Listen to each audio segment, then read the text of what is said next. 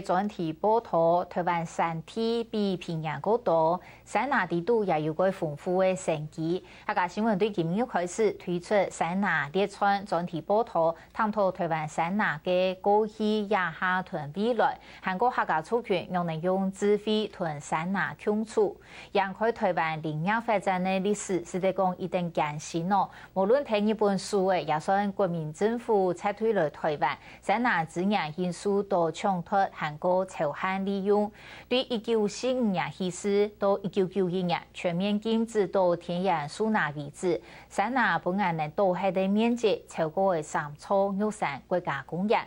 今年我们先来看啊，台湾山拿发展的一业创伤，对高度开垦、抢脱资源来反省我们的山拿政策。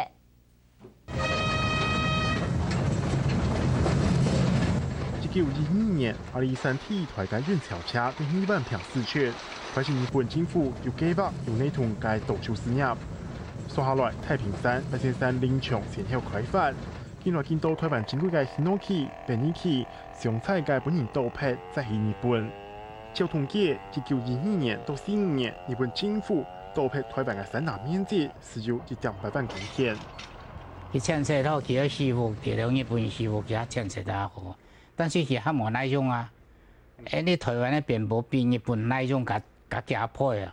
所謂1930年代，所謂大東亞政策裡面又有提出了一個所謂工業日本、農業台灣，以這3大林場為它出口啊，作為這個賺取外匯或者支援日本母國的這一個需要。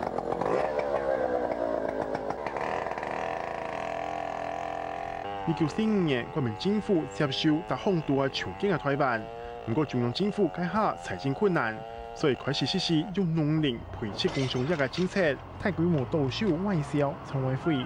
請係1971年，島拍面積是有1.6萬公頃，差唔多係日本書嘅總量。那1964年開始，台灣每年發1萬，這個發到1976年，2年就發了日本總數了。不過山拿太過開發，未帶來災難。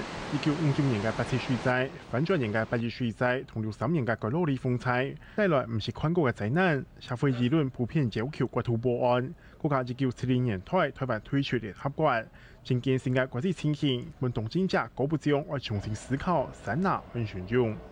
當然是你忽然孤立了，那孤立你當然還是要爭取非國家性的外交關係。那台灣的森林資源，事實上就提供了一個很重要的一個地方。所以說國家公園的出現，你看光這樣的一個意涵出來，當然它也慢慢的可以指向那個林務局的這樣的一個以早期政治性比較專一性的伐木的目的，它應該也即將要改變。80年代國家工業常態成立。1985年全盤修正森林法同國土保安民控法。89年台灣森林務局改造為公務機關，經過來年唔是個儀式導收。因為1991年政府國家用行政命令宣布禁止到田間收拿，大規模嘅導收正式結束。台灣嘅森林開始行向新嘅階段，對導收到保育會開始新嘅條件。客家新聞時事為了記者綜合報道。昨日喺中華機行嘅繁華自行茶水發生非常嚴重嘅事故，有25個人強重傷，100人死亡，準備下過來關心。